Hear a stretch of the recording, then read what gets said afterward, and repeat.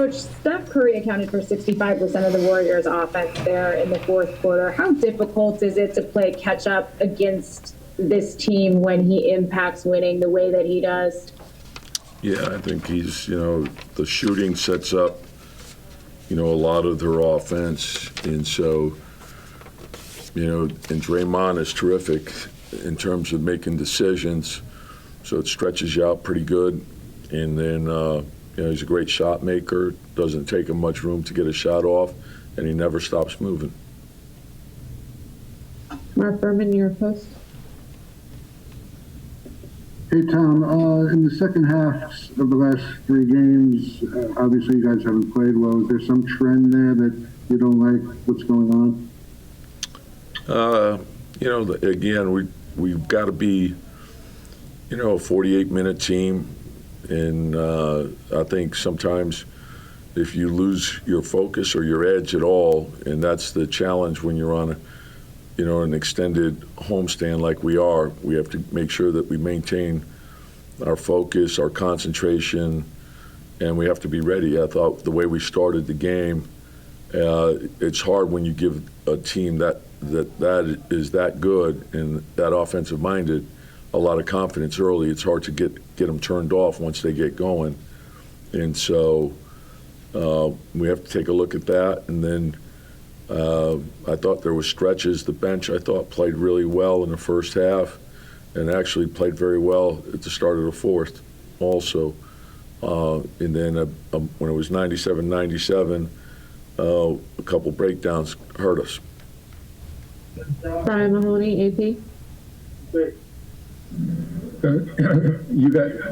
You guys were pretty frustrated at the end of the game. Looked like you were talking to the referees a lot, and obviously Julius got kicked out. Was it just the way you guys were not getting calls, or was it just disappointment and kind of not finishing that had everyone so frustrated? Again, I don't want to put it on the officials. Sometimes you get calls, sometimes you don't. It just seemed like there was a lot of contact on our drives, and we didn't get the calls. So we have to deal with that. Yeah. Steve Popper, Newsday. Tom, you've done pretty well with the challenges this year. What did you think on that one with the Oubre foul? You feel that was right? Well, and again, with what I want to look at it again. When what I saw on the replay, I felt that I didn't think there was a foul, but obviously they felt differently, and that was sort of my vantage point. I felt like if that was a foul, there were several others that were fouls as well that weren't called. So it can't be one way.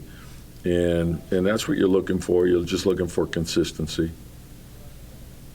Steph Bondi, Daily News. Hey, Tom, obviously Julius has been pretty consistent offensively and your number one guy, but how important is it to get a consistent number two or consistent help around him? Because it seems like there's a lot of inconsistency elsewhere. Yeah, and again, I'm looking at the growth of the team. I didn't, obviously we didn't play well tonight. I thought they played really well. I thought they got guys back that have been out. They're coming off a 2-day layoff, so I knew it would be a high-energy game for them. And we have to match that intensity. I thought the second quarter we played really well. I thought to start the third, we didn't match the intensity of the game, and that can't happen. Mike Morganoff, The Athletic. Hey, Tom, I'm sure you're happy for Julius, on a personal level, getting the All-Star nod there. What does it mean for you guys as a team, as an organization, to have an All-Star player in your first year, together with you and Leon and the new administration? Well, I think it's great for the organization, obviously great for Julius. I think the fact that he's helped the team win helped him to get recognized. So I think his teammates, I know, are very happy, and they share in that success with him. And all the things that he's done for the team, being unselfish, being a great worker, the way he practices, I think is important for our team. and just the way he brings it, every night. So I think it's important for him, important for the organization, but we can't lose sight of what the most important thing is, and that's the team winning. Last question, Mark Berman, you're close.